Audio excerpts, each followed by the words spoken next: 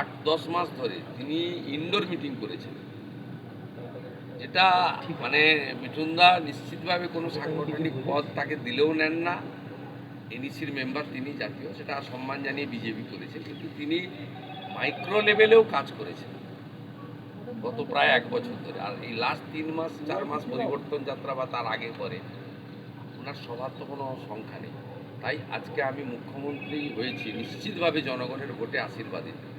BJP আমাকে nominated করেছে, কিন্তু নেপথ্যের কারিগরদের মধ্যে অত্যন্ত অগ্রাধিকার ভিত্তিতে যে কয়েকটা নাম আসে তার মধ্যে মিঠুন চক্রবর্তীটা অন্যতম।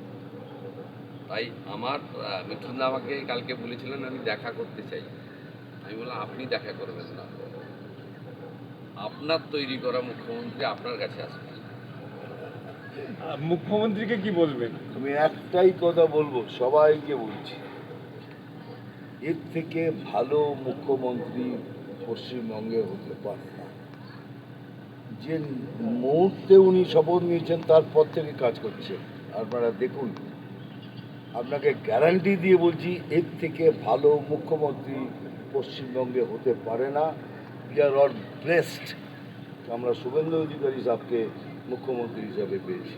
অ্যান্ড আগের দিনে কী হবে সেটাও দেখুন, সেটাও